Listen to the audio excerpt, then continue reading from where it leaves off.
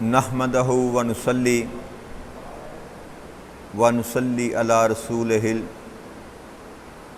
الامین المبین الحنین الکریم الرؤوف الرحیم اما بعد فاعوذ باللہ من الشیطان الرجیم بسم اللہ الرحمن الرحیم۔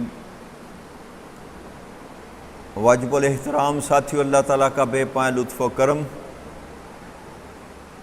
اور اس کا احسان عظیم ہے کہ جس کی توفیق سے ہم اس کے ذکر کے لیے اس کے گھر میں جمع ہیں۔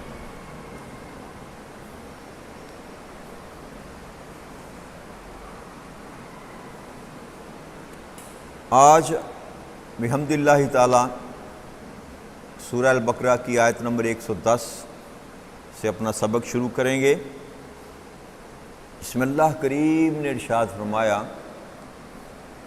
وَأَقِيمُوا الصَّلَاةَ وَآتُوا الزَّكَاةَ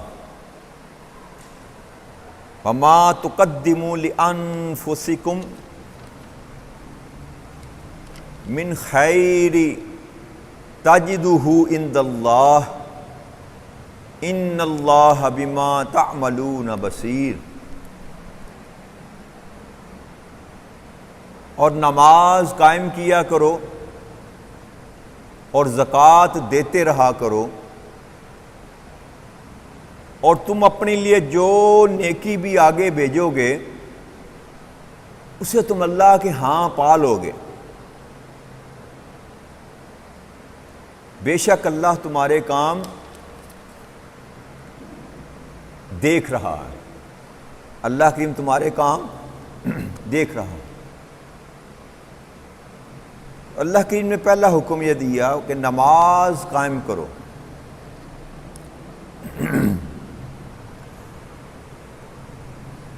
دوستو بھائیو، ہر کام کرنے کے کچھ آداب ہوتے ہیں جی۔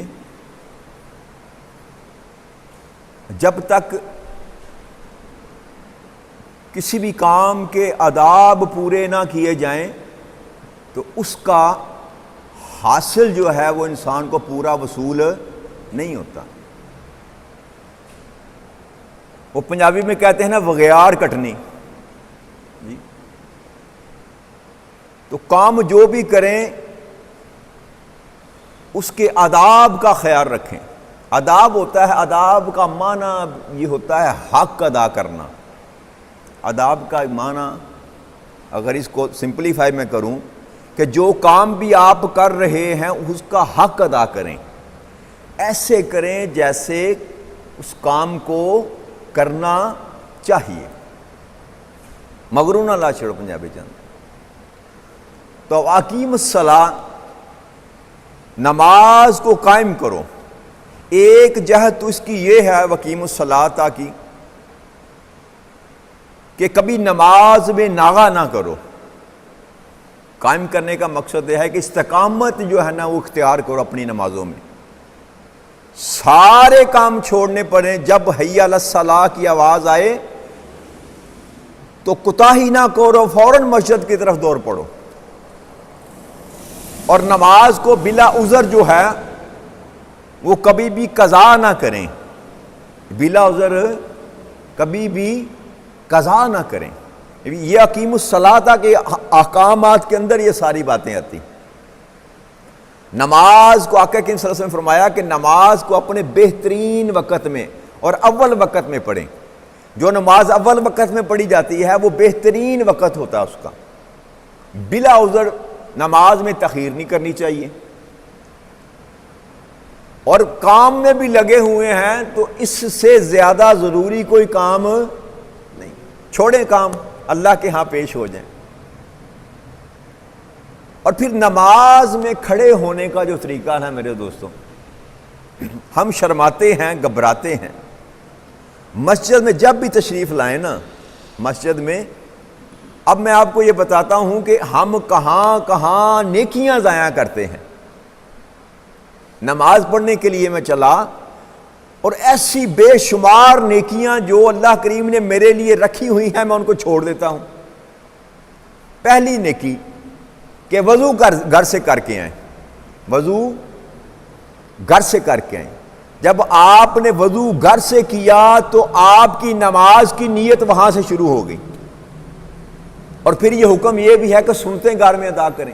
چلیں وہ اگر کر سکتے ہیں تو بہتر ہے، نہیں کر سکتے تو مسجد میں بھی سنتیں ادا کی جا سکتی، لیکن وضو گھر سے کر کے آئیں، ٹوپی پہن کر آئیں گھر سے۔ جیسے بندہ کسی بڑے کے سامنے پیش ہونے کے لیے تیار ہو کر جاتا ہے نا، ایسے نہیں بس منہ اٹھایا اور دوڑ لگا دی۔ یہ وہ بارگاہ ہے جو اس کائنات کے سب سے بڑے شہنشاہ کی بارگاہ، اس کے سامنے آپ پیش ہو رہے ہیں نا جی، نماز پیشی ہے آپ کی نماز۔ تو جیسے کسی کی پیشی کے لیے بندہ تیاری ہو کر آتا ہے نا میرے بھائیو، ویسے تیار ہو کے آیا کریں۔ اچھے کپڑے ہیں صاف ستھرے پہنے، اگر کام میں مصروف ہیں تو کوئی حرج نہیں، کپڑے پلید نہیں ہونے چاہیے۔ اگر کالخ بھی لگی ہوئی ہے نا، میلے کچیلے بھی ہیں، تو عذر وہ نماز میں وہ عذر نہیں ہے۔ وہ بندہ کام کر رہا ہے اور اس کے کپڑوں پر میل کچیل لگی ہوئی ہے، بشرط یہ کہ کوئی ناپاکی نہ ہو، تو ان کپڑوں میں بھی نماز ہو جاتی ہے۔ لیکن اگر بہتر کپڑے ہیں آپ تو اس کو چینج کر لیں، سر پہ ٹوپی رکھا کریں، گھر سے لے کر آیا کریں۔ یہ جو مسجد میں ٹونٹیاں لگی ہوئی ہیں نا پانی کے لیے، یہ جو مسجد میں بنے ہوئے ہیں بیت الخلاء، یہ جو مسجد میں ٹوپیاں رکھی ہوئی ہیں، یہ مسافروں کے لیے، یاد رکھیے گا، مقیم کے لیے نہیں ہیں، اس کا خیال کیا کریں۔ یہ پانی جو آپ مسجد میں وضو کرتے ہیں نا، یہ مسافر کے لیے ہے، مقیم کے لیے حکم ہے کہ وہ گھر سے تیار ہو کر آئے۔ تو پہلی نیکی کہ گھر سے تیار ہو کر نکلیں، اور آپ جتنے قدم پھر مسجد کی طرف چل کر آئیں گے، ہر قدم پر اللہ کی رحمتیں آپ کے ساتھ نازل ہوں۔ اور پھر جب مسجد میں داخل ہوں تو ہمیشہ دایاں پاؤں رکھیں، ہمیشہ دعا آتی ہے تو پڑھ لیں، نہیں آتی تو تب بھی بسم اللہ کر کے پہلا قدم اپنا مسجد میں رکھیں، اس کا بھی اجر ہے۔ اور مسجد میں کبھی دوڑ کر داخل نہ ہوں۔ ساری نماز آپ کی جاتی ہے نا جماعت، ٹائم تھوڑا بھی ہے، تو حکم یہ ہے کہ دوڑ کر آپ نماز میں شامل نہیں ہو سکتے۔ ہاں تھوڑے سے قدم تیز اٹھا سکتے ہیں، جیسے کہ باوقار طریقے سے چل کر آئیں، جیسے باوقار طریقے سے چل کر آیا جائے۔ دوڑ کر چل کر آنا بھی جو ہے وہ حرام ہے، یاد رکھیں، مسجد میں دوڑنا بھی حرام ہے۔ تو اعتدال کے ساتھ آئیں اور مسجد میں ہمیشہ دایاں پاؤں رکھیں، اور صف میں اگلی صف میں آ کر بیٹھا کریں، پیچھے نہ بیٹھا کریں۔ اگلی صف میں اگر جگہ خالی ہے تو سب سے پہلے کوشش کریں کہ امام کے پیچھے آ کر بیٹھیں، پھر جو آئے وہ امام کے دائیں بیٹھیں، پھر جو آئے وہ امام کے بائیں آ کے بیٹھیں، اسی ترتیب سے پہلے دائیں پھر بائیں پھر دائیں پھر بائیں، صف میں آ کر بیٹھا کریں۔ یہ نہیں کہ پیچھے ٹیک لگا کے بیٹھ کے جب حی علی الصلاۃ کی آواز آئی پھر اٹھ کر صف بندی کے لیے بھاگیں۔ یہ بھی طریقہ ہم نے اڈاپٹ کر رکھا ہے، اس کی گنجائش کوئی نہیں ہے، ہم نے نکال رہی ہے۔ بھائی پیچھے جا کر بیٹھ گئے، مجبوری ہے تو علیحدہ بات ہے، کوئی بیمار ہے کوئی مریض ہے وہ علیحدہ بات ہے پیچھے بیٹھا ہو، لیکن جب مسجد میں آئیں تو پہلی اگر صف خالی ہے تو پہلی صف میں آ کر بیٹھیں۔ اور آقا کریم صلی اللہ علیہ وسلم فرمایا، میں نے حدیث بیان کی تھی کہ اگر تمہیں پتہ چل جائے کہ پہلی صف کی فضیلت کیا ہے، اور اگر قرآن اندازی بھی کرنی پڑے تو تم قرآن اندازی کرو پہلی صف میں کھڑی ہونے کے لیے، اتنی برکتیں ہیں۔ اس کا مطلب یہ نہیں پچھلی صف والوں کو اللہ کریم کچھ نہیں دیتا، ان کو بھی دیتا ہے، لیکن اس کی فضیلت ہے، اللہ کے ہاں اس کی فضیلت ہے۔ تو پہلی صف میں جگہ بنانے کی کوشش کیا کریں، پہلی صف میں جگہ بنانے کی کوشش کیا کریں۔ اور ایک بات کا اور خیال رکھا کریں، خاص کر نوجوان جو ہیں، آپ صف میں کھڑے ہیں، اقامت ہو گئی ہے لیکن آپ نے ابھی ہاتھ نہیں باندھے، تکبیر اولیٰ نہیں کی، تو اگر کوئی سفید داڑھی والا آ گیا ہے نا تو جگہ چھوڑ کر اس کو اپنی جگہ دے دیں، جگہ چھوڑ کر، یہ بھی آداب میں سے یاد رکھیے گا۔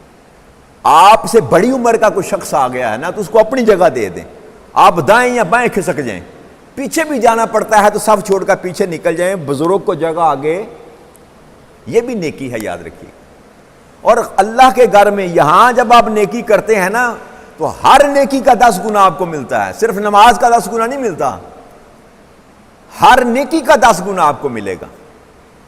تو یہ اتنی بڑی نیکیاں ہیں چھوٹی چھوٹی جو ہم ضائع کر دیتے ہیں، اور مسجد میں گفتگو نہ کیا کریں ماں سوائے حال چال پوچھنے کے، ماں سوائے کاروبار کے متعلق بھی گفتگو کرنا ناجائز ہے، مسجد میں یاد رکھیے گا۔ فقط آپ حال پوچھ سکتے ہیں، کیا حال ہے، طبیعت کیسی ہے، صحت ٹھیک ہے، گھر والے ٹھیک ہیں، ماں باپ ٹھیک ہیں، حال احوال پوچھ سکتے ہیں، دین پر گفتگو کر سکتے ہیں۔ دنیاوی گفتگو کرنا مسجد میں جائز۔ آقا کریم صلی اللہ علیہ وسلم نے ارشاد فرمایا کہ جو شخص مسجد میں دنیاوی گفتگو کرتا ہے اس کی نیکیوں کو اس طرح کھاتا ہے جیسے کیڑا دیمک کھاتی ہے نا لکڑ کو، ویسے اس کی نیکیاں برباد ہوتی، جیسے دیمک کھاتا ہے لکڑ کو۔ تو مسجد میں اعتراض کریں، گفتگو کرنے سے پرہیز کریں، دنیاوی گفتگو مت کریں۔ ہاں کسی کا معاملہ ہے نا، کسی کا محلے والے کا معاملہ ہے، کسی کی پریشانی ہے، اس کو حل کرنے کے لیے آپ گفتگو کر سکتے ہیں، کسی کی مشکل آسان کرنے کے لیے آپ مل بیٹھ کر گفتگو کر سکتے ہیں، اس کی اجازت ہے، ویسے گپ شپ لگانے کی اجازت نہیں ہے۔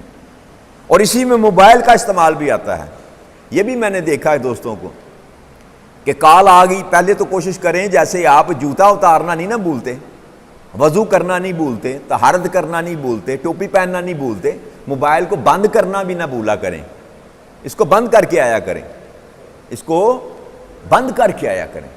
تو اگر چلو بھولے سے کہیں رہ گیا تو اس کا طریقہ یہ ہے اس میں سے نکال لیں، جیب میں سے اپنی آنکھوں کے سامنے کریں، اس کو بند کر دیں۔ چہرہ دائیں بائیں کرنے سے نماز ٹوٹتی ہے، چہرہ سامنے ہو، آپ جیب میں سے نکال لیں، نکال کر اپنی آنکھوں کے سامنے کریں اور اس کو بند کر کے جیب میں ڈال لیں، آپ کی نماز ٹوٹے گی نہیں، بجائے اس کے کہ ایک بار بجے گی آپ بند کریں گے، پھر بجے گی بند کریں گے، 3 دفعہ اگر آپ نے وہ حرکت کر لی تو آپ کی نماز جاتی رہی، آپ کی نماز فاسد ہو گئی۔ تو اس لیے پہلی ہی دفعہ اس کا گلا گھونٹ دیں، اول تو نماز سے پہلے بند کریں۔ اور یہ بھی دیکھنے میں آیا ہے کہ یہاں کھڑے ہوئے آپ کو کال آئی تو بعد سین میں جا کر گفتگو شروع کر دی آپ نے، بھائی وہ بھی مسجد ہے، وہ بھی مسجد، خیال کیا کریں، بس اتنا خیال رکھیں کہ یہ گھر کس کا ہے، یہ گھر کس کا ہے، ہم کس کے گھر میں بیٹھے ہوئے ہیں، کس کے گھر میں۔ یہ 16ویں 17ویں گریڈ کا اے سی ہوتا ہے نا، اے سی مجسٹریٹ 16ویں اسکیل کا ہوتا ہے محل، سول جج، اس کی عدالت میں جائیں نا تو عدالت میں داخل ہونے سے پہلے کہتے ہیں موبائل بند کرو، بلکہ پولیس والے ہی کہتے ہیں بند کر، جی 16ویں گریڈ کا افسر ہے، اس کی عدالت میں جب آپ جاتے ہیں تو موبائل کی اجازت، تو یہ اتنی بڑی بارگاہ ہے یار، اس لیے خیال کیا کریں، غلطی ہو جائے تو وہ علیحدہ بات ہے، یہ عادت بنا لیں اپنی، جیسے طہارت کرنا، وضو کرنا، جوتا اتارنا، یہ ساری عادتیں ہیں نا، اس کے بغیر ہم مسجد میں داخل نہیں ہوتے، اس کا بھی گلا گھونٹ دیا کریں 2 منٹ کے لیے، کچھ فرق نہیں پڑتا، قیامت نہیں آنے والی۔ تو یہ آداب جب آپ پورے کریں گے نا تو پھر نماز آپ کو ریٹرن دے گی، یاد رکھیے گا، نماز آپ کو واپس دے گی، وہ رحمتیں، وہ برکتیں جو اللہ کریم نے اس میں رکھی ہوئی ہے نا، جب آپ اس کے آداب پورے کریں گے، اس کا حقوق پورا کریں گے تو پھر یہ آپ کو واپس لٹائے گی، اور آپ کو نظر آئے گا، آپ کی طبیعتوں میں فرق آئے گا، آپ کے چہرے پر نور آئے گا، آپ کو نظر نہیں آئے گا، آپ کا آئینے میں شیشے میں دیکھیں گے آپ کا چہرہ چمکتا ہوا آپ کو نظر نہیں آئے گا، لیکن جب کوئی دوسرا دیکھے گا تو وہ نور آپ کے ماتھے پہ چمکے گا۔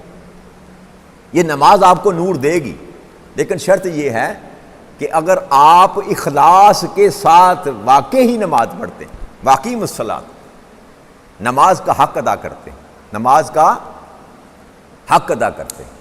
اور پھر اللہ نے فرمایا وآتوا الزکاۃ، اور پھر یہ ہے کہ جو مال تیرے پاس ہے اس میں سے اگر تو صاحب نصاب ہے تو اللہ کی راہ میں وہ نکالا، زکوٰۃ نکالا کر، زکوٰۃ نکالا کر۔ اور پھر اللہ نے فرمایا کہ جو کچھ بھی تم میرے پاس بھیجو گے نا، جو کچھ بھی تم میرے پاس بھیجو گے، کیا بھیجو گے؟ خیر، خیر، نیکی، نیک مال، اچھے کام جو بھی میرے پاس بھیجو گے، اللہ کریم کہتے ہیں تم ضرور اس کو میرے پاس پالو گے، وہ ضائع نہیں جائیں گے، وہ محفوظ کا ڈپازٹ ہو گئے آپ کے، وہ ڈپازٹ ہو گئے آپ کے۔ اصل جو بچت ہے نا وہ انسان کی وہ یہ ہے جو نیک مال انسان کرتا ہے۔ تو اب اللہ نے وعدہ کر دیا کہ یہ نہ سمجھنا کہ تو نے نیکی کی ہے تو ضائع ہو جائے گی، میرے پاس محفوظ پڑی ہے، میرے پاس محفوظ پڑی ہے، اور یہ میرا وعدہ ہے کہ جب تو میرے پاس آئے گا میں تجھ کو لٹا دوں گا، اور صرف وہ ہی نہیں لٹاؤں گا، وہ کہتے ہیں نا دا دنیا 70 آخر، دا دنیا تو 70 گنا تو وہ ضرور دے گا نا، یہ تو اس کا وعدہ ہے۔ ہر نیکی کو، ہر اچھے عمل کو 70 گنا کر کے تو وہ دے گا، یہ تو اس کا وعدہ ہے، اس کے بعد باقی اس کا فضل ہے، اس کا فضل ہے۔ تو اللہ نے فرمایا میں تمہارے ہر عمل کو میں دیکھ رہا، ہر عمل کو دیکھ رہا۔ حضرت ابو سعید رضی اللہ تعالیٰ فرماتے ہیں کہ آقا کریم صلی اللہ علیہ وسلم نے فرمایا کہ جو مسلمان کسی ننگے مسلمان کو کپڑا پہناتا ہے نا، یعنی کہ جس کے پاس پہننے کے لیے کپڑا نہیں ہے، ننگے سے مراد یہ نہیں کہ لفظ ننگا، بھئی تن پر اچھے کپڑے نہیں ہیں، تھوڑے کپڑے ہیں، تو آقا نے فرمایا کہ جو کسی کو کپڑا پہناتا ہے اللہ تعالیٰ اس کو جنت کے سبز لباس پہنائے گا جنت، اور جو مسلمان کسی بھوکے کو مسلمان کو کھانا کھلائے گا تو اللہ تعالیٰ اس کے لیے جنت کے میوے اس کو کھلائے گا، اور جو مسلمان کسی پیاسے کی مسلمان کی پیاس بجھائے گا تو اللہ تعالیٰ اسے مہر بند شراب سے سیراب کرے گا۔ مہر بند شراب یعنی کہ وہ شراب تیرے لیے مخصوص کر کے رکھ دی، سیل کر کے رکھی ہوئی ہے، سیل لگی شراب، وہ بوتل تیرے ہی لیے کھلے گی۔ بات سمجھ آ رہی ہے؟ اللہ کہتا ہے وہ شراب تطہورا سیل بند جو ہے تیرے لیے میں نے رکھ دی ہے، اگر تو نے کسی پیاسے کی پیاس بجھائی تو تیرے نام کی بوتل جو ہے وہاں محفوظ پڑی ہے اور سیل بند پڑی، وہ تجھے میں عطا کروں گا۔ پھر آقا کریم صلی اللہ علیہ وسلم فرمایا، حضرت ابو ہریرہ کی روایت ہے کہ جو شخص اپنی چیزوں میں سے دوہری چیز اللہ کی راہ میں خرچ کرے، دوہری چیز،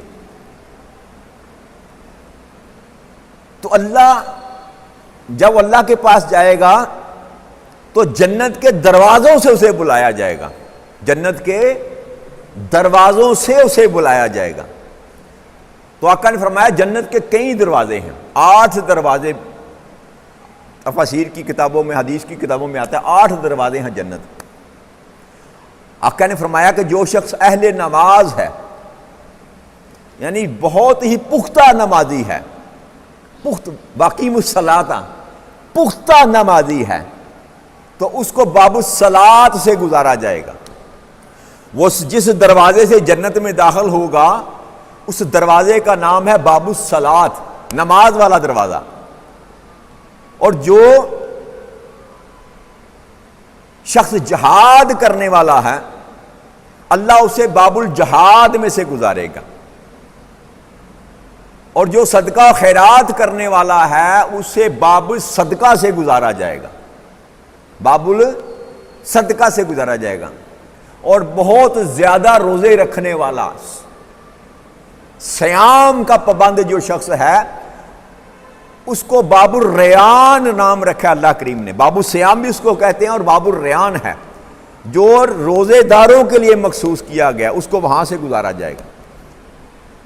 اس کو یعنی کہ جو جس مقام میں زیادہ افضل ہوگا، جس کا جو عمل زیادہ عمل ہو، زیادہ افضل، جس کی نمازیں افضل ہوں گی وہ باب الصلاۃ سے جائے گا، جس کے روزے زیادہ افضل ہوں گے وہ باب الریان سے جائے گا، جس کا جہاد افضل ہوگا وہ باب الجہاد سے جائے گا، جو صدقہ خیرات زیادہ کرے گا وہ باب الصدقہ سے جائے گا۔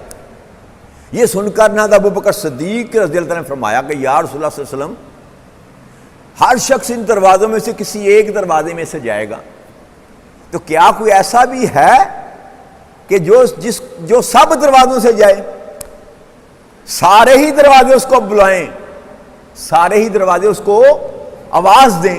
تو آقا کریم صلی اللہ علیہ وسلم نے فرمایا ہاں ابو بکر، اور مجھے امید ہے تم انہی لوگوں میں سے ہو جن کو سارے جنت کے دروازے پکاریں گے، 8 کے 8 دروازے ابو بکر صدیق کو پکاریں گے کہ میری طرف سے جنت میں داخل ہو، میری طرف سے جنت میں داخل ہو۔ یہ ہے جنہوں نے نماز قائم کر لی، اللہ کے احکامات پر جنہوں نے پہرا دیا، اللہ اور اللہ کے رسول کے ساتھ وفا کی۔ اللہ اکبر۔ آگے اللہ کی میں نے ارشاد فرمایا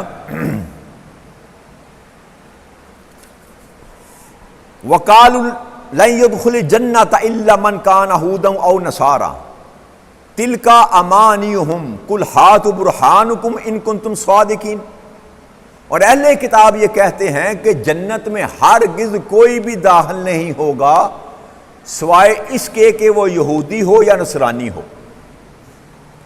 اللہ کی فرماتے ہیں یہ ان کی باطل امیدیں ہیں، یہ ان کی باطل امیدیں ہیں۔ آپ میرے محبوب ان سے فرما دیں کہ اگر تم اپنے اس دعوے میں سچے ہو تو کوئی سند لا دو، کوئی یہ بیماری اللہ کریم بتا رہا ہے۔ وہ کہہ رہے تھے اہل کتاب جو ہیں وہ کہتے ہیں کہ ہمارے سوا کوئی جنت میں داخل، یہودی کہتے تھے کہ صرف ہم جائیں گے، یہودی کہتے ہیں کہ صرف ہم جائیں گے، اور عیسائی کہتے ہیں صرف ہم جائیں گے، باقی کوئی جنت میں نہیں جائے گا۔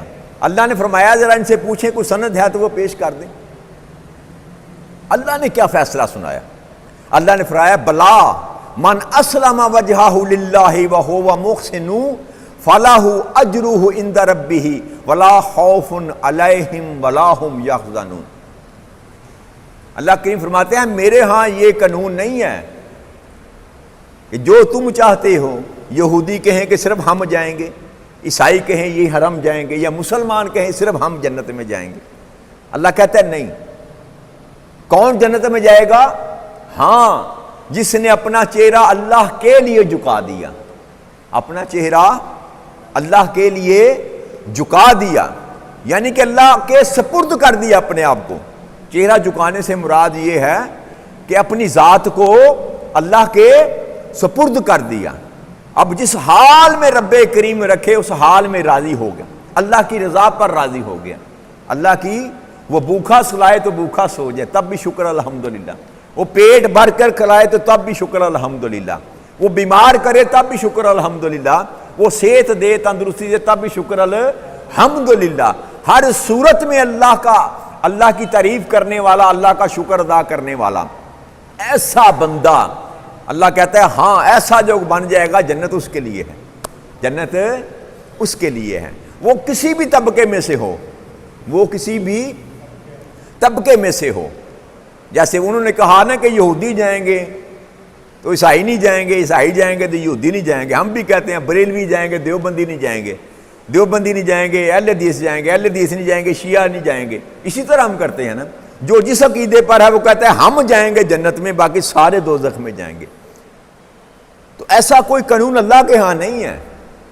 اللہ نے صاف بات بتا دی، بس جس نے اپنے وجود کو، اپنے نفس کو میرے سپرد کر دیا، عقیدہ اس کا کوئی بھی ہے، عقیدہ اس کا کوئی بھی ہے، اگر وہ چلتا میری مرضی پر ہے، ٹائٹل اس نے کوئی بھی لگا رکھا ہے، وہ بریلوی ہے یا دیوبندی ہے یا اہل حدیث ہے، کوئی بھی ہے، اگر چلتا وہ میری مرضی پر ہے، اطاعت میرے اور میرے محبوب کی کرتا ہے، تو بس وہی جنت میں جائے گا، وہی جنت میں جائے گا۔ اور پھر اللہ نے فرمایا کہ ان کے لیے ہی اللہ کے ہاں اجر ہے، ان کے لیے ہی اللہ کے ہاں اجر کہتے ہیں مزدوری کو، اجرت ہے، اسی سے اجرت ہے، اسی سے اجرت ہے کہ جو کام آپ نے کیا اس کی اجرت آپ کو معاوضہ دیا جاتا ہے۔ تو اللہ کہتا ہے یہ فی سبیل اللہ والا کام نہ سمجھنا، فی سبیل اللہ والا کام جو نیکی بھی تو کرے گا نا، یوں سمجھ کے تو میری مزدوری کر رہا ہے، تو میری مزدوری کر رہا ہے، کسی پیاسے کو پانی پلا رہا ہے تب بھی میری مزدوری کر رہا ہے، کسی بوڑھے کی خدمت کر رہا ہے، کسی مسکین کی، کسی غریب کی، نماز پڑھ رہا ہے، روزہ رکھ رہا ہے، کوئی بھی تو نیک عمل کر رہا ہے نا، ایون یہاں تک کہ رستے میں سے پڑا ہوا پتھر بھی اٹھا کر اگر تو سائڈ پہ کر رہا ہے کہ کسی کو ٹھوکر نہ لگ جائے، تو اس کی بھی میں تمہیں اجرت دوں گا تمہیں۔ اور اللہ سے بڑھ کر کوئی اجر کائنات میں کوئی نہیں ہے، جیسی وہ اجرت دیتا ہے کوئی اور دینے والا نہیں ہے۔ تو اللہ کہتا ہے یہ بھی اطمینان رکھو، یہ بھی اطمینان رکھو کہ میں تمہیں اجر دوں گا، میرے ہاں تمہارے لیے اجر ہے۔ اور ایسے لوگوں پر نہ کوئی خوف ہوگا، نہ وہ رنجیدہ ہوں گے، نہ وہ رنجیدہ ہوں گے۔ حضرت عمر بن خطاب رضی اللہ تعالیٰ عنہ بیان کرتے ہیں کہ ایک دن ہم صحابہ کرام کی مجلس میں بیٹھے تھے، نبی اکرم صلی اللہ علیہ وسلم تشریف فرما تھے، اچانک ایک آدمی آیا، صاف ستھرے کپڑے اس نے پہنے ہوئے تھے، خوبصورت روشن نورانی چہرہ، بال سنوارے ہوئے، تیل لگایا ہوا، جیسے بالکل بندہ فریش ہو کر حمام سے نکل کر آتا ہے نا۔ شکل سے نہیں لگتا تھا کہ وہ مسافر ہے، لیکن ہم اس کو جانتے نہیں تھے، ہم اس کو جانتے تھا وہ مسافر، لیکن حلیے سے وہ مسافر نہیں لگتا تھا۔ وہ نبی اکرم صلی اللہ علیہ وسلم کے پاس آ کر بیٹھ گیا، سامنے بالکل ساتھ جڑ کر، دو زانو ہو کر، دو، اور اپنے گھٹنوں پر ہاتھ رکھ کر دو زانو ہو کر بیٹھ گیا۔ وہ حضرت جبرائیل امین تھے جو انسانی شکل میں آئے، آقا کے سامنے آ کر ساتھ لا کر دو زانو ہو کر بیٹھ گئے، جیسے کچھ شاگرد استاد کے سامنے بیٹھتا ہے نا، ویسے آ کر بیٹھ گئے۔ تو اس کے بعد اس نے عرض کیا کہ یا رسول اللہ صلی اللہ علیہ وسلم مجھے اسلام کی حقیقت سے ذرا آگاہ فرما دیں۔ حضرت جبرائیل امین سوال کر رہے ہیں تربیت کے لیے نا، صحابہ بیٹھے ہیں۔ تو آپ نے فرمایا کہ تم اس حقیقت کا اعتراف کرو اور گواہی دو کہ اللہ کے سوا کوئی معبود نہیں ہے۔ اب یہ اسلام کا تعارف کرایا جا رہا ہے، تم اس حقیقت کا اعتراف کرو اور گواہی دو کہ اللہ کے سوا کوئی معبود نہیں اور محمد صلی اللہ علیہ وآلہ وسلم اللہ کے رسول ہیں، اور پھر تم پابندی سے نماز پڑھو، اور اگر صاحب نصاب ہو تو زکوٰۃ ادا کرو، اور رمضان کے روزے رکھو، اور اگر زادِ راہ میسر ہو تو اللہ کے گھر کی زیارت کرو، یعنی کہ حج کرو۔ اس آدمی نے سن کر کہا کہ اے اللہ کے رسول، آپ نے سچ فرمایا، آپ نے یعنی کہ تصدیق کر دی۔ حضرت عمر فرماتے ہیں رضی اللہ عنہ فرماتے ہیں کہ ہمیں بڑا تعجب ہوا کہ سوال بھی خود ہی کرتا ہے اور پھر تصدیق بھی کر رہا ہے، گویا کہ یہ جانتا تھا۔ ہم بڑے متعجب ہوئے اس بات پر۔ پھر وہ آدمی بولا کہ یا رسول اللہ صلی اللہ علیہ وسلم اب ہم مجھے ایمان کی حقیقت بیان فرمائیں، ایمان کیا ہے؟ تو آپ نے فرمایا کہ تم اللہ کو اور اس کے فرشتوں کو اور اس کی کتابوں کو اور اس کے رسولوں کو اور قیامت کے دن کو دل سے مانو، دل سے، زبان سے تصدیق نہیں، فقط دل سے مانو، اس کو ایمان کہتے ہیں۔ اور اس بات پر یقین رکھو کہ برا یا بلا، اچھائی یا برائی، جو کچھ بھی پیش آتا ہے وہ نوشہ تقدیر کے مطابق ہے، یعنی کہ اللہ ہی کی طرف سے ہے۔ یہ ایمان ہے، یہ کیا ہے؟ ایمان ہے۔ پھر اس آدمی نے تیسرا سوال کیا کہ یا رسول اللہ صلی اللہ علیہ وسلم اچھا مجھے یہ بتائیے کہ احسان کیا ہے؟ یہ محسنین اللہ نے کہا نا، محسن کا ذکر، احسان کیا ہے؟ یہ یاد رکھیے گا کہ یہ ایمان سے بھی بڑا درجہ ہے احسان کا، مومن سے بھی بڑھ کر محسن کا درجہ ہے، مومن سے بھی بڑھ کر محسن کا درجہ ہے، مومن سے بھی بڑا ہے۔ تو آقا کریم صلی اللہ علیہ وسلم نے فرمایا کہ احسان اس کو کہتے ہیں کہ تو اللہ کی عبادت اس طرح کیا کرو کہ گویا تم اس کو دیکھ رہے ہو، تم اس کو دیکھ رہے ہو، اور اگر ایسا ممکن نہ ہو، یعنی قلب کو یہ حضوری میسر نہ ہو، تو یہ تو دھیان رکھو کہ وہ تمہیں دیکھ رہا ہے۔ یہ ہے احسان کا درجہ، اور یہ متفق علیہ حدیث ہے، صحیح بخاری میں، مسلم شریف میں، مشکات شریف میں۔ تو آقا نے فرمایا کہ یہ احسان کا درجہ ہے۔ تو اس اللہ نے فرمایا ان اللہ یحب المحسنین، اللہ محسنین کو پسند فرماتا ہے، محسنین کو پسند فرماتا ہے۔ اس لیے ہمیں خیال رکھنا چاہیے، عبادت جو ہم کرتے ہیں اس کا پھل حاصل کرنے کے لیے ہمیں ان کے آداب کا خیال رکھنا چاہیے۔ اللہ کریم ہمیں توفیق عطا فرمائے کہ ہمیں دین محمدی کی سمجھ جو ہے نا وہ اللہ کریم عطا فرما دے، اور اللہ کے رسول کے حکم کے مطابق زندگی بسر کرنے کی رب کریم ہمیں توفیق عطا فرمائے۔ وما علینا الا البلاغ المبین۔ والسلام علیکم ورحمۃ اللہ وبرکاتہ۔